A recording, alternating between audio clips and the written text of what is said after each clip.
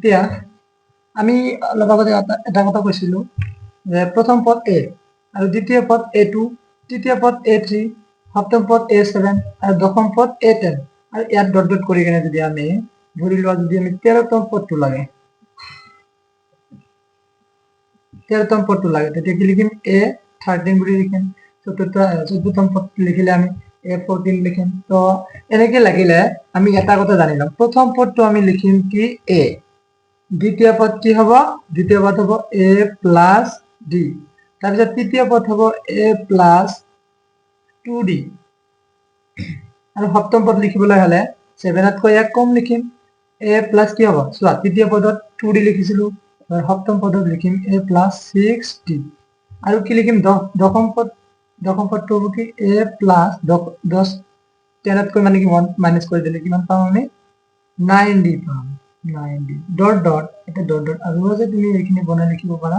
তো তুমি জানা আমি জাস্ট কনসেপ্টটো বুজি পাইছো, কনসেপ্টখিনি যদি বুজি নিশ্চয় তোমালোকৰ এইখিনি সুবিধা হ'ব। চাই লোৱা 13তম পদটো কি হ'ব, এবাৰ 13তম পদটো আমি লিখিবলৈ গ'লে আমি এনেকে লিখিম a প্লাস 13 আগত কিমান আছে মানে 13 পৰা 1 মাইনাস কৰিলে আমি কিমান পাম 12d আৰু এটা লাষ্ট লৈছো মই 15তম পদটো কি হ'ব a15 লিখিলে কি পাম আমি ইকুয়াল a প্লাস কি লিখিব লাগিব 14d লিখিম।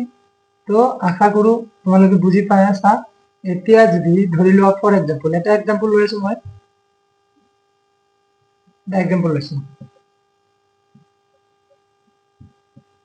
এক্সাম্পল ধৰি লোৱা AP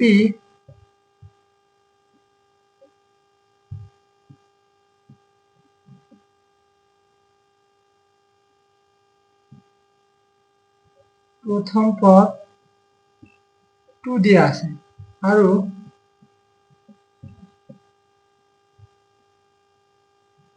সাধাৰণ অন্তৰ 5 দিয়া আছে, তেন্তে আমাৰ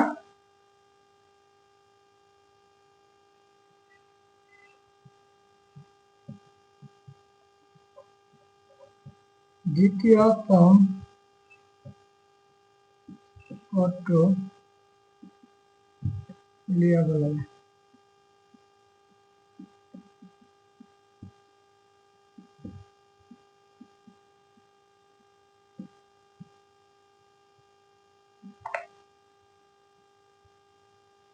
এতিয়া ধৰি লোৱা প্ৰথম পদ a দিয়া আছে, সাধারণ অন্তর দিয়া আছে d মানে d মান 5 a মান 2।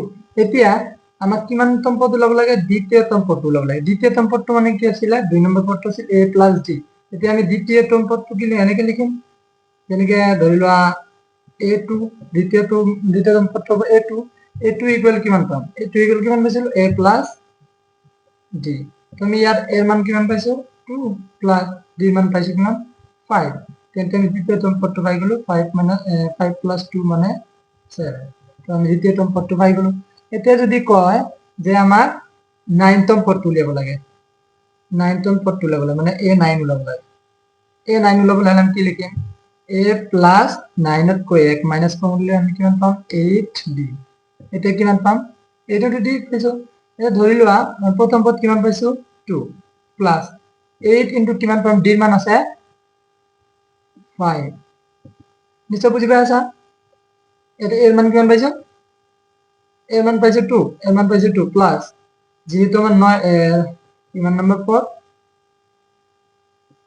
9 নম্বর পদ তুলে বলছি 9তম পদ তুলে বলছি, তেন্তে আমি ইয়াৰ পৰা এনেকে লিখিম a plus 8 into d, d মান পাইছো 5, d মান 5 পাইছো, তেতিয়া আমি কি কৰিম 2 প্লাস 5 ইনটু 8 মানে 40, 40 প্লাস 2 মানে কিমান পাম 42। এটা 9তম পদটো কিমান পালো 42। এবার যদি কয় 11তম পদ তুলিয়াব লাগে, 11তম পদ তুলিয়াব লাগে কি কৰিম আমি a প্লাস 10 ইনটু d। এটা আমি a এর মান কিমান পাইছো 2 প্লাস 10 ইনটু d মান পাইছো কিমান, d মান পাইছো 5, 2 প্লাস 10 ইনটু 5 মানে 50। তো ইয়াত ইকুয়াল কিমান পালো 50 প্লাস 2 মানে 52। আশা করি তোমালোকে বুজি পাইছা। যদি সাধারণ অন্তর আৰু যদি প্ৰথম পদ দিয়া থাকে এই ডিৰ মান কিমান নম্বৰ পদ উলিয়াব দিব সেইটো তোমালোকে নিজেই পাৰি যাবা আশা কৰি এখানে বুঝি পাইছা তো এতিয়া মই যদি আলোচনা কৰো ইয়াৰ নেক্সটত আলোচনা কৰিম যে সাইটত লিখি আছো আশা করি বুঝি পাইছা যদি এখানে তোমালোকে অলপ যদি কিবা ডাউট লাগি আছে ভিডিওটো পজ কৰি তোমালোকে স্ক্ৰিনশ্বট মাৰি লৈ স্ক্ৰিনশ্বট মাৰি তাৰ পিছত বহিত লিখা আৰু বুজিলা তাৰ পিছত আৰু নেক্সটত আৰু এটা পদৰ কথা মই আলোচনা কৰিম ধৰি লওক প্ৰথমত ইয়াত কি কৈছো 15তম পদ আমি যদি পদৰ সংখ্যা নাজানো তেতিয়া লিখিম আমি যে nতম পদ nতম পদ মানে nৰ মান হল n2 হল পদৰ সংখ্যা সো nৰ জায়গাত আমি যিকোনো মান এটা লিখিব পাৰিম যিকোনো পদৰ সংখ্যা এটা লিখিব পাৰিম সেইটো আমি লিখিলে nতম পদটোৰ সূত্ৰটো হ'ব কি যে an আৰ যেহেতু a এৰ জায়গাত কি আছে এই জায়গায় পদৰ সংখ্যাটো দিয়া নাই যার বাবে আমি n লিখিছো ইকুয়াল কি লিখিম আমি a প্লাস 14 আমি যেন n টু পাইছিলো তো এই পদের পৰা এটা কি কৰিব লাগে -1 মাইনাস কৰিব লাগে তেতিয়া আমি n2 লিখিলো n - 1 যেহেতু ইয়াত মানটো নাই মানটো থাকিলে তো ডাইরেক্ট মাইনাস কৰি দিলে হল 15 পৰা এটা এক্সেল এনেকুৱা হ'ব লাগিছিল 15 - 1 14 হৈ গল 15 পৰা 1 মাইনাস কৰিলে আমি 14 এ পাম ইনটু d এতিয়া যেহেতু n এর কোনো ভ্যালু নাই তেতিয়া আমি n লিখি দিছো n - 1 ইনটু কি হ'ব d হ'ব এইটো হ'ব nতম পদ এতিয়া আমি লিখিছো ইয়াত তোমালোকে অলপ ভালদৰে ধ্যান দি বুজি পাবা তাৰপৰ এতিয়া যদি কোৱা হয় যে nতম পদ an ইকুয়াল কিমান পাম a plus n - 1 into d এটা যদি আৰু এটা কত সমান্তর প্রগতিত ap এর সাধারণ অন্তরটো হল এটাকে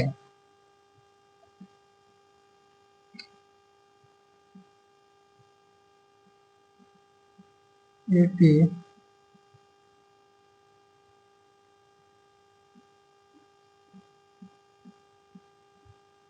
অন্তরটো সাধারণত যদি d হয় সাধারণ অন্তরটো যদি d হয় তেন্তে ইয়ার d আৰু প্রথম পদ এ হয় যদি ইয়ার আর সেইবিলাক হ'ব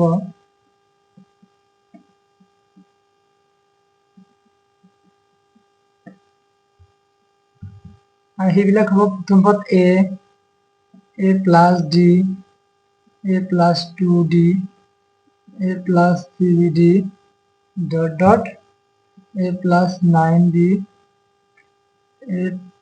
a প্লাস 10d কিমান পাইছিলো nতম পদটো a plus n - 1 into d তো আশা করি বুজি পাইছা তোমালোকে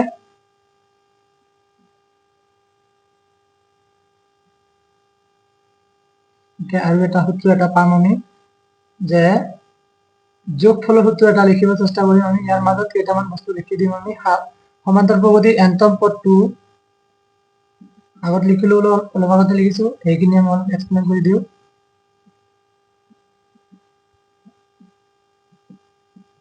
সমান্তর প্রগতির nতম পদটো হ'ব an equal a plus n - 1 into d এইটো এতিয়া আমি কথা এটা ক'বলৈ গ'লে এইটো a এর মান হ'ব a মানে হল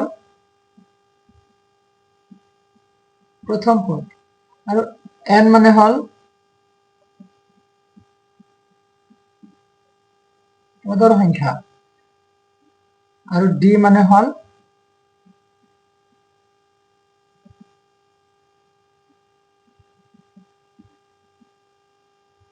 সাধাৰণ